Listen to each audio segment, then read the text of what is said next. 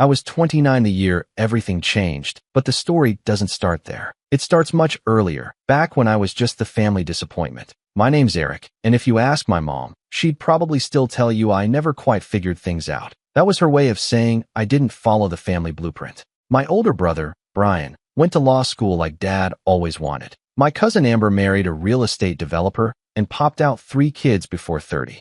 Me? I dropped out of college at 21, moved to a 1-bedroom apartment above a laundromat, and started tinkering with code while delivering food to stay afloat. To them, that was failure. To me, it was freedom. Growing up, I was the quiet one. I never really fit into the loud, overachieving chaos that was my family.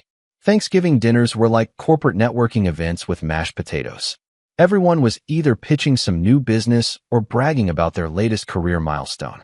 I remember one year, maybe 2018, my Aunt Sharon announced her daughter had made partner at a Manhattan firm. The applause lasted a full minute. Then it was my turn. I had just launched my 3rd app and was getting decent traction. But the moment I opened my mouth, someone, I think my cousin Taylor, made a joke about me still living off ramen and a dream. Everyone laughed. Even my mom gave a tight smile and whispered, "You should have stayed in school." That's kind of how it always went. I was tolerated at best, humored at worst. Never invited to speak at weddings, never asked to be a godparent, rarely remembered on birthdays. I didn't make a scene about it. I just slowly started stepping back. First, I skipped Easter. Then it was 4th of July. Eventually, I stopped getting invited altogether. Apparently, if you don't show up, don't expect an invite, became the new family motto. The last wedding I went to, Brian's, was the tipping point for me.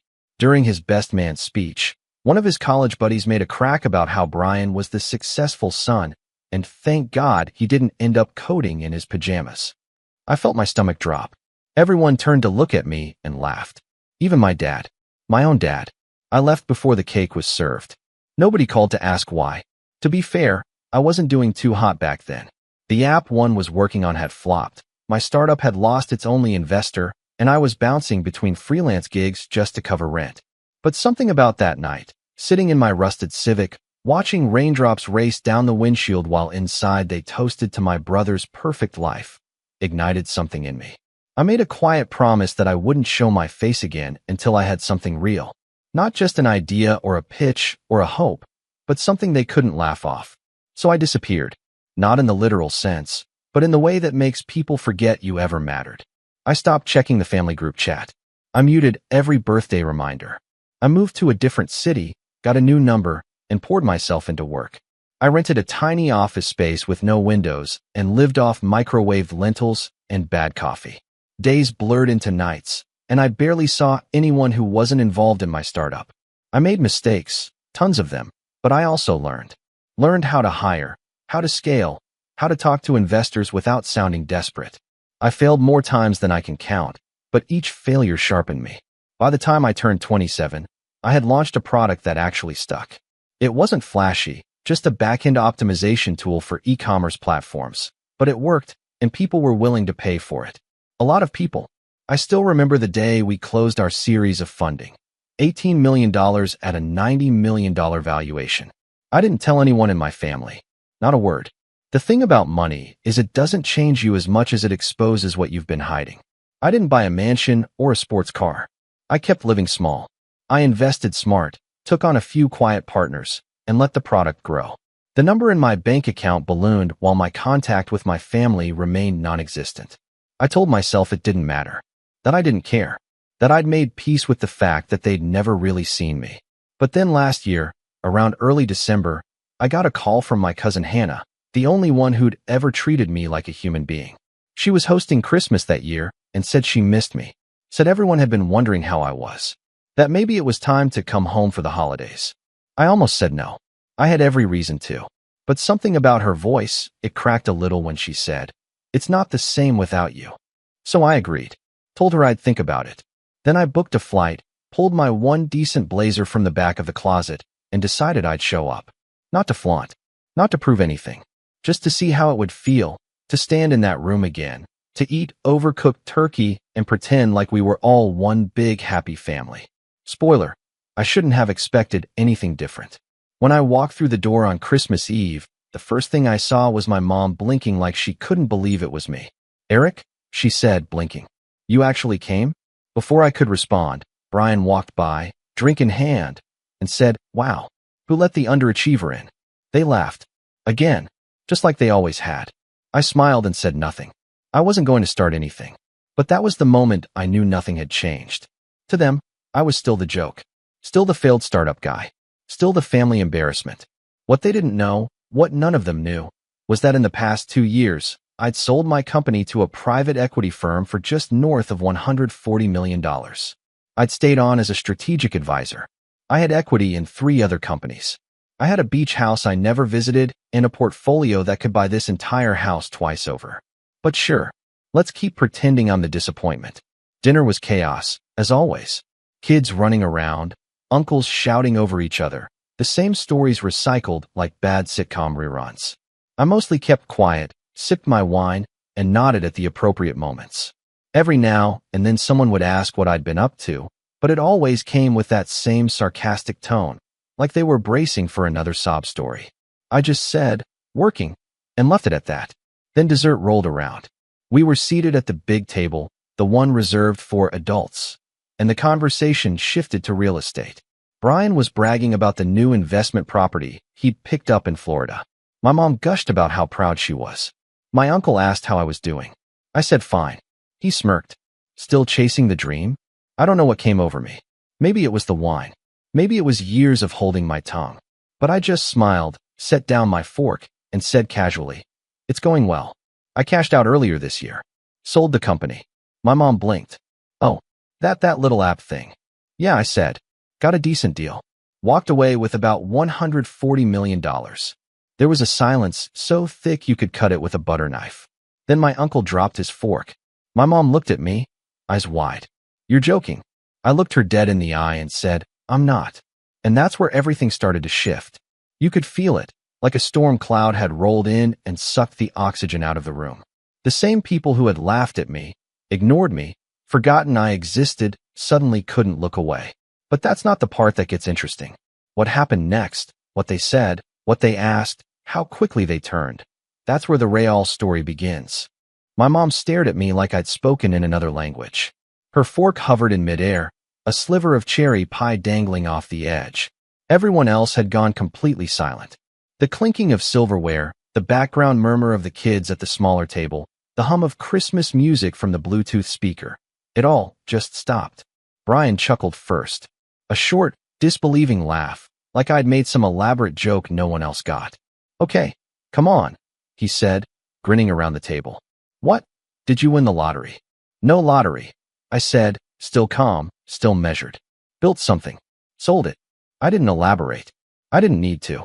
My uncle, still wide-eyed, leaned in. "Wait, you're serious?" I nodded. And then the question started. Rapid fire. Chaotic. "What kind of company was it again? You sold it for how much? Wait, what do you even do? Did you have partners? Is it in the news? Can we look it up?" My mom hadn't said a word yet. Her hand was now trembling slightly as she set her fork down.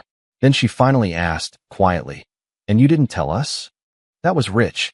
I kept my voice even. "You didn't really ask." She flinched a little at that. But then, as if regrouping, she narrowed her eyes and said, "Well, we've always cared. We've always wanted to know how you were doing."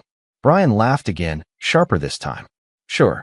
That's why we invite him to every single family gathering, right?" "Brian," Hannah said, shooting him a look. But he wasn't done. "Come on. Eric ghosts the family for 3 years, doesn't show up to anyone's wedding, never replies to texts, and now he wants a pat on the back because he made some cash." And there it was.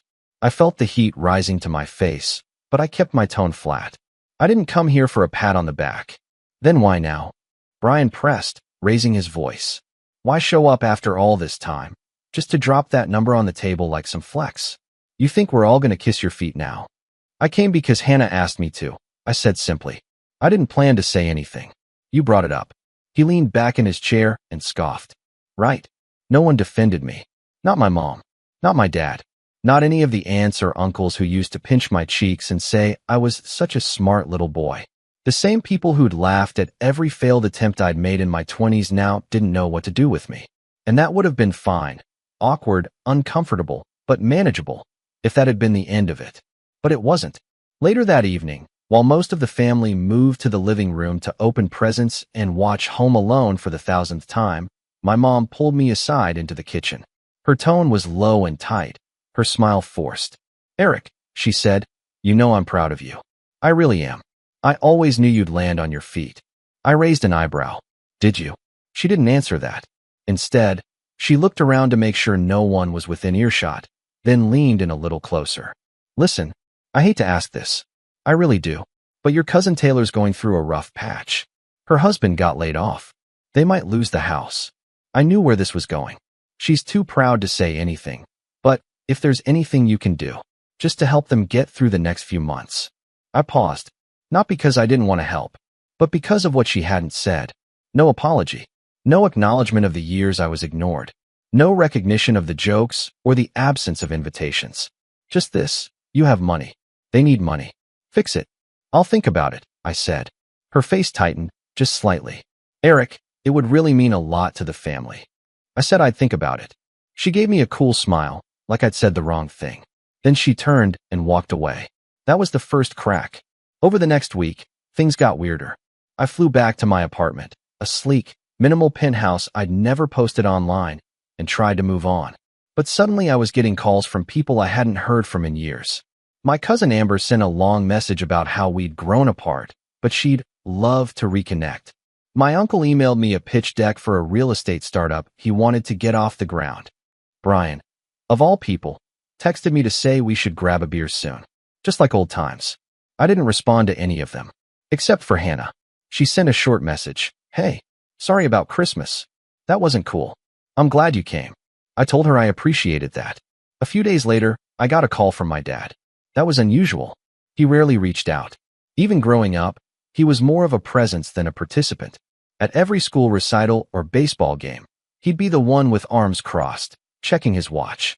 When I dropped out of college, he didn't yell. He just said, "You'll regret this," and went back to reading the paper. So when he called, I expected something serious. "Eric," he said, his voice gruff but oddly formal. "Your mother told me what you said at dinner. Here we go. She also mentioned you didn't offer to help your cousin." I closed my eyes and leaned back in my chair. "Dad, you've done well. I'm glad. But being successful means stepping up when your family needs you. Where was that energy when I needed help?" I asked. "When I was struggling to make rent. When I was in the hospital with stress migraines and couldn't afford medication." There was a pause. "That was different." "How?" "You were chasing a fantasy." "No," I said, voice firm. "I was building something. And you all made sure I knew just how little you believed in me." Another silence. Then, in a low voice, he said, "It's not about the past. It's about now." I hung up, and that's when I realized something. They didn't actually care that I'd succeeded. They only cared that I'd succeeded without them. I tried to let it go. I tried to keep my distance. But they didn't make it easy. A week later, I got a notification that someone had tried to access my old Facebook account. Then I started getting tagged in vague posts by family members. Things like "money changes people," or "funny how some folks forget who was there for them when they were nothing." I blocked them. Then, the final straw. One afternoon, Hannah called me, frantic. She'd just left a brunch with our Aunt Sharon and a few cousins. Apparently, the family was planning something behind my back. "They're going to host a family intervention," she said.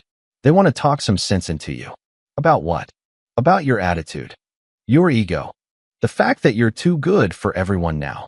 Sharon literally said, "He needs to be reminded where he came from." I stared at the wall, heart thudding. "You're kidding." "I wish I was. They're planning it next month. Uncle Rob offered his lake house. They think if they get you isolated, they can pressure you into helping the family." I couldn't believe it. No, I could believe it. That's what made it worse. After everything, after all the years I'd been cast out, mocked, ignored, now they wanted to pull me back and just to squeeze me dry. That's when something in me snapped. Not in a dramatic way, not with shouting or rage, but in a cold, calculated click of finality. I told Hannah, "Thanks for the heads up. What are you going to do?" I didn't answer right away. I was already planning. Because if they wanted to remind me where I came from, then maybe it was time I reminded them who they had made me become. I didn't sleep much after that call with Hannah. I laid in bed, staring at the ceiling, my chest buzzing with a strange mix of anger and clarity. You'd think that after cashing out at $140 million, the opinions of a few relatives wouldn't matter. But the truth is, family wounds don't heal with money. If anything, wealth makes the scars easier to see. The silence at dinner tables, the eye rolls, the whispered jokes. They weren't memories anymore. They were weights, pulling me down even in the highest moments of my life. The thing that hurt the most? It wasn't the betrayal. It wasn't the greed or the gossip or the fake apologies wrapped in manipulation. It was how quickly they shifted roles the second they thought I was worth something again. No remorse, no reflection, just opportunism. I wasn't a person to them. I was a bank. For the next week, I barely left my place. Not because I was hiding, just because I didn't want to pretend anymore. I canceled a meeting with a potential partner. I turned down a dinner invite from a VC friend. I even left a few emails unanswered. I just needed to sit with everything. Let the fog settle.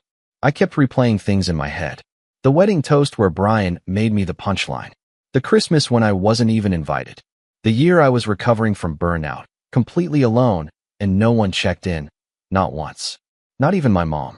Especially not my mom. I realized something that week. Something I'd avoided facing for years. I had spent so much of my life trying to prove myself to people who had already decided I wasn't worth the effort. Every new app, every business pitch, every overnight grind session, it was always secretly for them. For their approval. For that moment when they'd finally say, "You made it, Eric. We were wrong." But they didn't want me to make it. Not really. Because me winning meant they had to admit they were wrong. That they had been cruel. That they had treated me like a burden when I was just a kid trying to figure things out.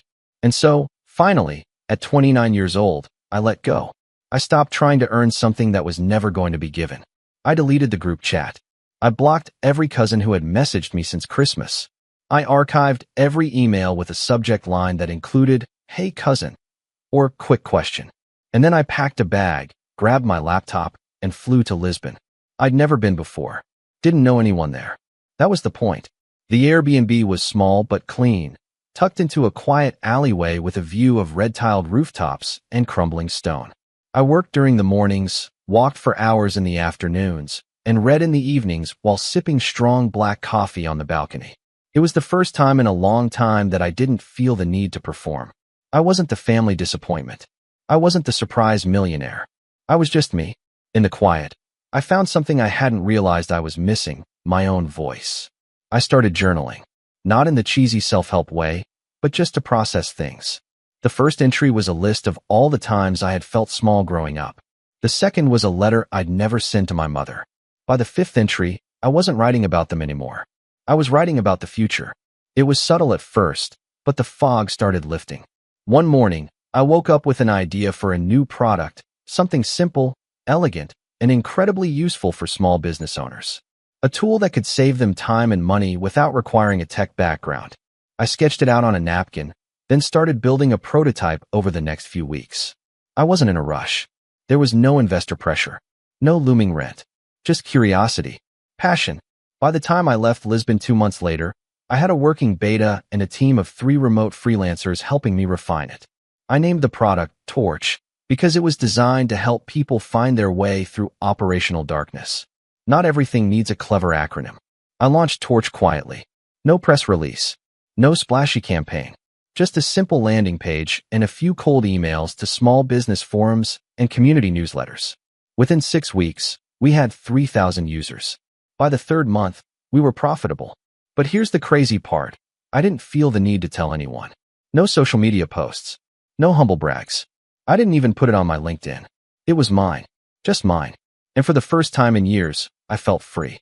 One morning, while checking support tickets, I got a notification from my bank.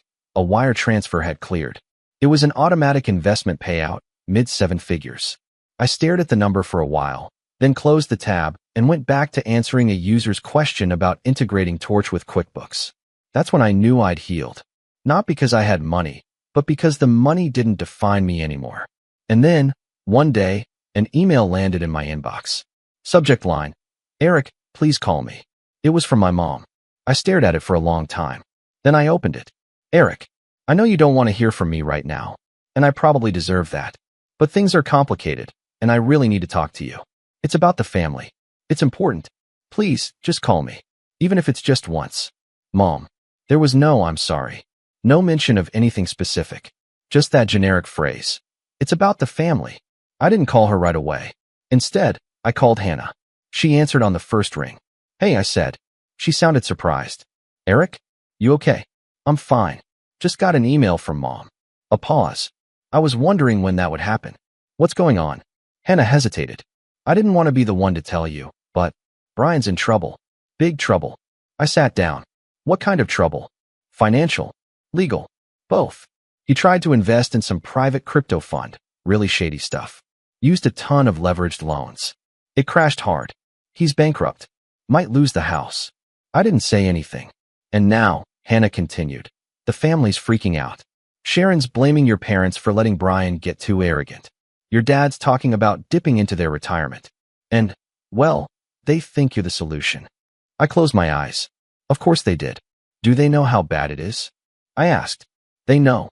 But they also know you can fix it. I'm not his bailout plan." "I know," she said gently. "But they don't." I didn't call my mom back that night. I needed time to think. Because while I had moved on from needing their approval, I hadn't moved on from the pain. And now they were clawing their way back, not out of love or regret, but out of desperation. That was the moment I realized something deeper. They didn't just want my money. They wanted my silence. They wanted to bury the years of mistreatment under a fresh layer of family loyalty. They wanted to pretend the past didn't happen as long as I could fix the future. And maybe I could, but I wasn't going to do it quietly. Not this time. When I finally replied to my mom's email, I kept it short. Just one sentence. "Let's talk in person." I sent it at 11:49 p.m., knowing she'd be awake. Sure enough, she replied within 10 minutes. "Of course. We're always here. Maybe dinner this weekend." We. Right. The same we who forgot my birthday 3 years in a row. The we who used my name as a punchline while I scraped together freelance contracts to survive. The we who now saw me as their last hope of plugging the hole in their sinking ship. I booked a flight for Friday and called Hannah. "Are you sure?" she asked. "You're walking into a lion's den." "I'm not walking in empty-handed." I didn't tell her everything. Not yet. But I needed someone on the inside, someone I could trust. Hannah was the only person in my family who had ever shown genuine kindness without expecting anything in return. She was quiet like me, always a little on the fringes of the family chaos. A good listener. Smart. Observant. She'd seen the cracks in our family long before I did. When I dropped out of college, she was the one who snuck me a care package with instant coffee, ramen, and a little card that said, "Keep building." I told her to keep her ears open, that I might need her help soon. She didn't ask questions, just said, "Got it." By the time my flight landed, I already had a plan. Not to humiliate them. Not to scream or gloat or demand apologies I'd never get. That would be too easy, and frankly, too small. What I wanted was bigger than that. I wanted the truth to come out. I wanted them to see, in full clarity, who they really were. I wanted them to feel the weight of every moment they made me feel invisible. But I wasn't going to do it with rage. I was going to do it with precision. Friday night, I pulled up to the house I hadn't stepped foot in since the last holiday I was invited to. Same siding. Same creaky porch light. Same overgrown hydrangeas Mom used to brag about in her Christmas cards. My dad answered the door. He looked older. Tired. His eyes flicked up to mine, cautious and guarded. "Eric," he said, nodding once like we were strangers meeting at a conference. "Dad." He stepped aside, letting me in. The living room looked exactly the same, except now there were subtle signs of stress. A pile of unpaid bills hidden under a glossy Real Simple magazine. A chipped corner on the coffee table that had been taped instead of replaced. A half-full glass of wine sitting next to an open laptop, with bank statements still visible on the screen. My mom appeared from the kitchen. She smiled, too quickly. "There you are," she said, pulling me into an awkward hug. "We were just saying how nice it would be to have you home again." Home. The word sat heavy in my chest. We sat down. She brought tea. No one said anything for a few minutes. Then my dad cleared his throat. "So, thank you for coming. We weren't sure if you'd respond." I almost didn't. He nodded, like he expected that. My mom gave a soft sigh. "Eric, we know things haven't always been perfect between you and the family." That was her version of an apology. "But we're hoping we can start fresh," she continued. There's just been a lot going on lately. You've probably heard. Brian, I said. They exchanged a look. He's made some poor decisions, my dad said, choosing his words carefully. He's facing a difficult time. And the thing is, we've all been trying to support him as best we can. And now you want me to do the same. They didn't answer. I get it, I said, setting down my tea. You think I'm rich, so I'm the solution. My mom's mouth tightened. It's not like that. No, I asked. Because you didn't care where I was 3 years ago. Now suddenly I'm a family priority. That's not fair, she said. No, I replied. It's not. The silence that followed was long and brittle. Then my dad leaned in. We don't want a handout. Just a loan. Something to help get Brian back on his feet. Maybe keep the house until things stabilize. I took a breath and met their eyes. I'll consider it, I said. But on one condition. They perked up. I want the entire family to meet next weekend. Everyone. One dinner. I'll cover it. My mom blinked. Why? I want to talk. To all of you. At once. My dad looked suspicious. What are you planning? Nothing dramatic, I said. Just a conversation. About the past. And the future. They hesitated. Then my mom nodded. Okay. I smiled. Good. I'll reserve the venue. That night, I checked into a hotel and pulled out my laptop. Operation began. Step 1. I hired a private videographer. Discreet. Professional. Not for anything public, just documentation. I wanted a full recording of what was going to happen. I had a feeling I'd want to watch it again someday. Step 2. I booked a private dining room at a high-end restaurant in the city. Not too flashy. Intimate. Controlled. Step 3. I contacted Hannah. You're really doing this? She asked when I told her. I need your help. 2 things. Name it. First, I need you to convince them all to show up. Everyone. Use whatever angle works. Free dinner. A surprise. Family reconciliation. Doesn't matter. She laughed. I'm on it. What's the second thing? I need a full rundown of every time they've talked about me behind my back. Every joke. Every insult. Especially from Brian, Sharon, and Taylor. There was a pause. Are you sure you want to dig that up? I need it, I said. I need to remind myself I'm not overreacting. She sighed. Okay, I'll make notes. Over the next few days, I stayed quiet. Let the wheels turn. Let them start believing something soft and sentimental was about to happen. The emails started trickling in. Amber, so excited to see you. Been too long. Taylor, glad you're back. We all make mistakes, right? Uncle Rob, good on you for stepping up. Shows real growth. They had no idea. And Brian? He didn't reach out at all. Not a word. Not a text. Not a question.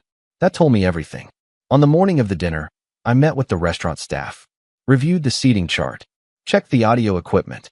The cameras were hidden, but positioned well. One behind a framed painting. Another in a bookshelf. One small mic clipped beneath the centerpiece. I didn't want confrontation. I wanted clarity. I didn't want vengeance. I wanted recognition. By 6:30 p.m., they started arriving. Brian walked in with his usual arrogance, his wife clinging to his arm like a decorative accessory. Sharon followed, eyes scanning the room like she was about to judge a wedding venue. My mom floated around, pretending to play hostess. My dad stood stiffly in the corner, trying to act like he was the one paying for all this. I wore a dark gray suit, tailored, subtle. I didn't want to look like money. I wanted to look like control. At 7:05, everyone was seated. 17 people, all staring at me. Eric, my mom said, raising her glass. Would you like to say a few words before dinner? I smiled. As a matter of fact, yes. I would. I stood, cleared my throat, and looked around the room. Thanks for coming, I began. It's been a long time. I appreciate you all being here. Polite smiles. Nods. I wanted to have this dinner, I continued. Because for years, I thought I was the problem. I thought I was the broken one. The dropout. The failure. The disappointment. No one moved. I missed birthdays. Holidays. I wasn't invited to weddings. And when I was, I became the joke. And I accepted it. I thought, maybe I deserve this. Maybe if I just work harder, succeed more, I'll earn my way back in. Now some of them shifted in their seats. But that's not how families should work, I said, voice still calm. Love isn't conditional on success. Respect isn't something you give only when someone becomes useful. Brian rolled his eyes. And so, I said, looking straight at him, when I see people in this room now reaching out, asking for favors, calling me after years of silence, It tells me one thing. I paused. You didn't change your minds about me. You just changed your math. Gasps. A few heads turned. This isn't revenge, I said. This is closure. I'm not here to punish anyone. I'm here to say this. I see you. I see who you really are. And I'm done pretending otherwise. I sat down. Silence. The kind that makes your ears ring. And just when it seemed no one would speak, Brian slammed his hand on the table and stood up. Are you serious right now? I looked up at him. You think you're better than us? Because you got lucky. That's when I saw it. Panic. Not just anger. Not just pride. But fear. Because he realized. I wasn't here to save him. Brian's words hung in the air, loud and brittle. You think you're better than us? Because you got lucky. I didn't flinch. I didn't raise my voice. I just looked him in the eye and said, No, Brian. I know I'm better than you. Not because I made money, but because I never kicked you while you were down. That silenced him. Completely. For a second, I saw something behind his eyes, some flicker of recognition, or shame, or maybe just fear, but then it disappeared behind the usual smugness. He laughed once, sharp and hollow, then muttered something under his breath and sat down, jaw clenched, eyes burning. My mom tried to smooth it over with a nervous chuckle. All right. Well, maybe we all got off on the wrong foot tonight. Let's just.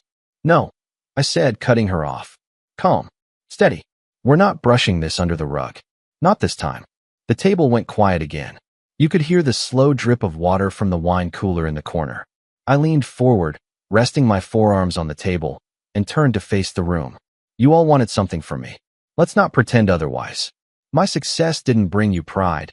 It brought you discomfort. Because it came without your permission. Without your support. Uncle Rob opened his mouth, but I raised a hand. Let me finish. He closed it. Some of you asked for money. Others assumed I'd offer it. None of you apologized. Not one of you picked up the phone in the last 3 years just to say, I'm sorry for how we treated you. You just waited until I was worth something. Now there were frowns. Guilt in some eyes. Defensiveness in others. But no denials. I was invited here under the guise of family. But this isn't family. This is opportunism. And I wanted to see it in the light. I pulled out a folder from under my chair and set it on the table. Thick. Labeled.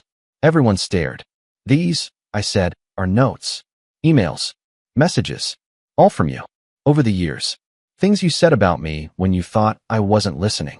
I looked directly at Sharon. You once told Amber that I'd end up back at home, mooching off my parents by 30. Sharon stiffened, red creeping into her face. I turned to Taylor. You laughed when I couldn't afford to fly home for Thanksgiving and said, quote, he probably lives in a tent. Taylor opened her mouth, but I didn't stop. And Brian, I said, finally turning to him. You stood in front of 200 people at your wedding and said, at least Mom and Dad have one successful son. The table was frozen. Brian's wife shifted uncomfortably. Hannah stared at her lap. My mom looked like she might be sick. I kept receipts, I said. Not because I wanted revenge, but because I needed to remember why I walked away. Then I pulled out the second folder. This one was thinner, labeled offers. I was prepared to help. Believe it or not, I was. I put together a recovery plan for Brian's debts. I worked out a restructure plan that would have let him keep the house. I even spoke with a financial advisor about setting up a trust for his kids. Brian's head snapped up. But then I watched how you all reacted when you thought I was still weak, I said. And I realized something. I slowly slid the folder toward the center of the table, then pulled it back and dropped it into my briefcase. You don't deserve my help. You've never deserved it. And I'm done offering it. Brian stood up again, this time red-faced. You arrogant little. I stood too. Not angry. Just tired. This dinner was your test, I said. To see if you could show some growth. Some humility.